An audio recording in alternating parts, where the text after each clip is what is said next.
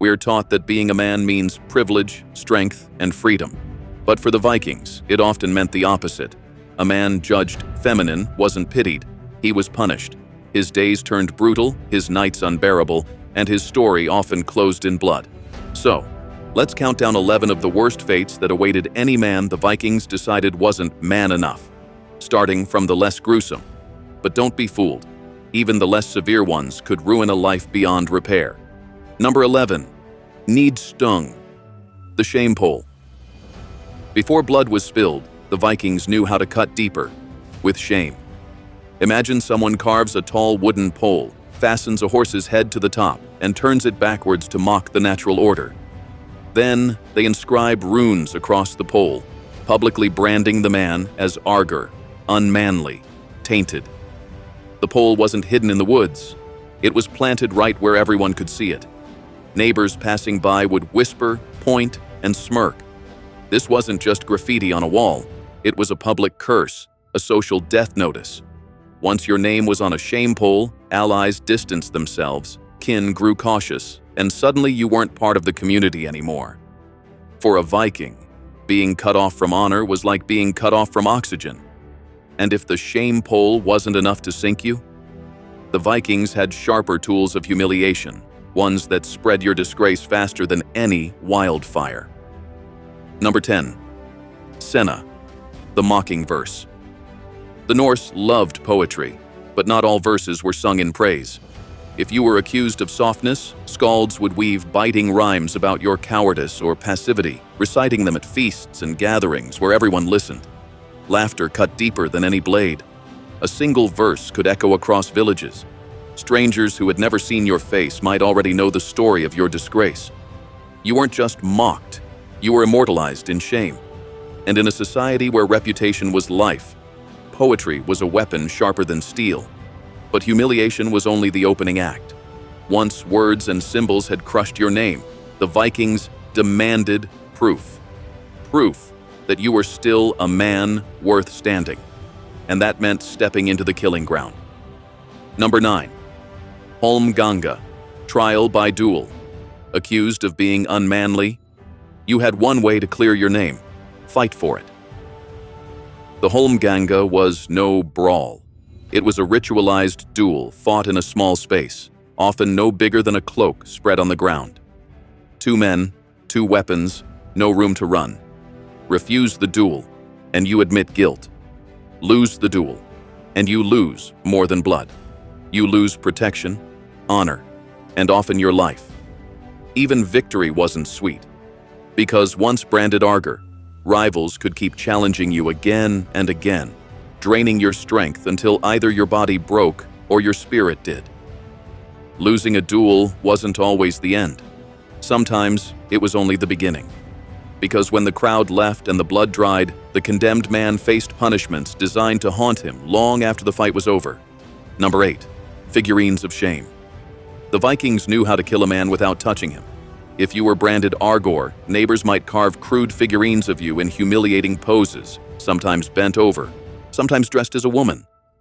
These wooden dolls were placed in public spaces, left to mock you day after day. It wasn't just about ridicule, it was about permanence.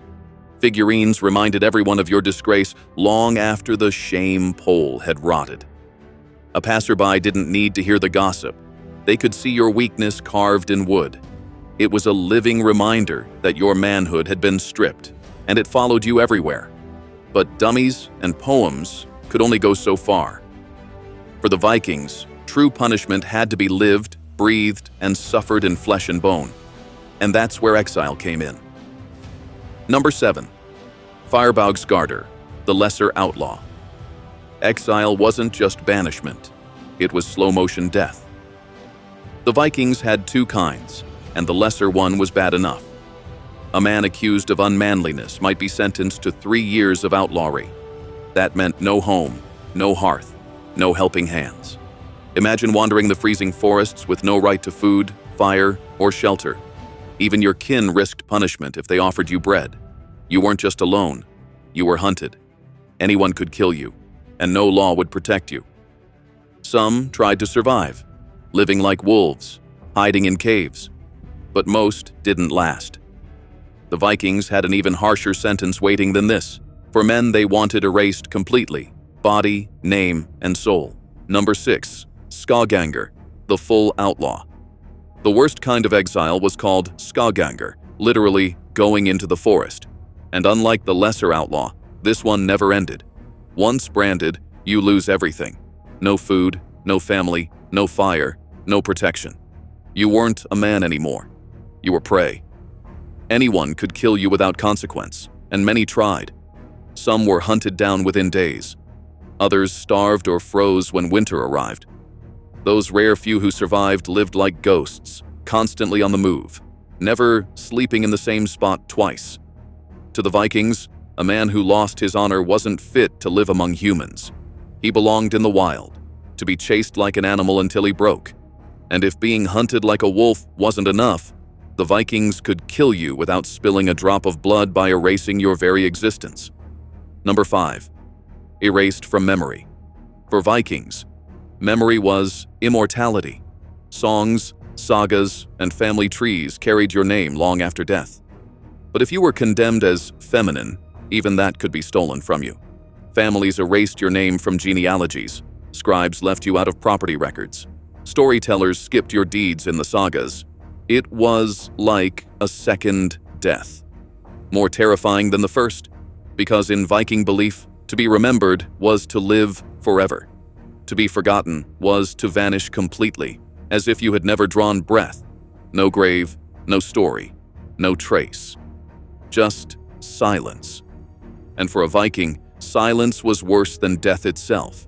But when shame, exile, and erasure weren't enough, the Vikings turned to violence. They believed the body itself could be twisted into a warning for all who dared to step outside the code of manhood. Number 4. Public beatings and mutilation. Sometimes the punishment was crude and immediate. A man branded as unmanly could be beaten in public, his body left bruised and broken before a jeering crowd. In the worst cases, his beard, the ultimate symbol of masculinity, was shaved off to humiliate him. But mutilation could go further. A slice of an ear, a slash across the cheek, something permanent that marked him forever. It wasn't just about pain. It was about making sure everyone who saw him knew he was less than a man. Each scar was a sentence, carved into flesh so he could never escape it. Yet even pain and scars weren't enough for a culture obsessed with honor. Sometimes the accused wasn't just punished. He was forced to take part in his own destruction. Number 3. The Weapon of Accusation. Sometimes the deadliest blade wasn't made of iron. It was a single word. In Viking society, calling a man arger unmanly wasn't just an insult. It was a legal curse. Rivals used it like a weapon, knowing it could topple even the strongest man. Once spoken publicly, the accusation forced the accused into a corner. He had to defend his honor in a duel, or else accept outlawry. And here's the cruel twist. Truth didn't matter. You didn't have to be feminine, cowardly, or weak. You just had to be accused. Ambitious chieftains and jealous neighbors understood this perfectly. One public charge, and suddenly you were drowning in duels, stripped of allies, bleeding coin to pay for weapons and witnesses. And if words could break a man so completely, imagine what happened when the Vikings turned to their most infamous act of physical cruelty.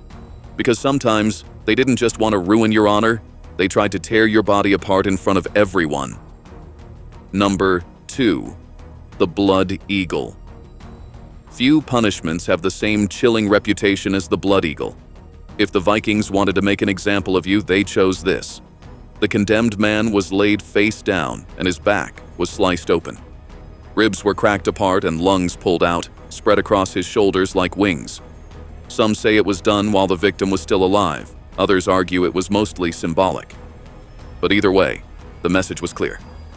This man was no warrior, no brother, no man at all. His dishonor was put on display in a spectacle of agony, and the memory of it lingered long after the blood dried. And yet, even worse than the Blood Eagle was a punishment that left no scars, no body, nothing at all. Because to the Vikings, the cruelest fate wasn't dying. It was being denied the very essence of existence. Number 1. Denied a Viking death. For a Viking, death was never the end. A warrior expected a funeral pyre, songs sung in his name, and the hope of feasting forever in Valhalla. But a man branded as feminine, he was denied all of it. No burial mound, no rites, no fire to carry his soul. His body might be left for wolves and crows, unguarded and ungrieved, while his name was struck from memory. To the Vikings, this was the cruelest cut of all, not just death, but the loss of an afterlife. Because without the honor of a proper death, there was no Valhalla, no eternal feast, no immortality, only silence, only darkness. The worst fate imaginable for a man who lived in a world where being remembered was everything. For the Vikings, being feminine was more than an insult. It was a death sentence written in blood, bone, and memory. From shame poles to the blood eagle, their punishments carved fear into every man's heart. Because in that world, losing your honor didn't just kill you, it made sure you never lived at all.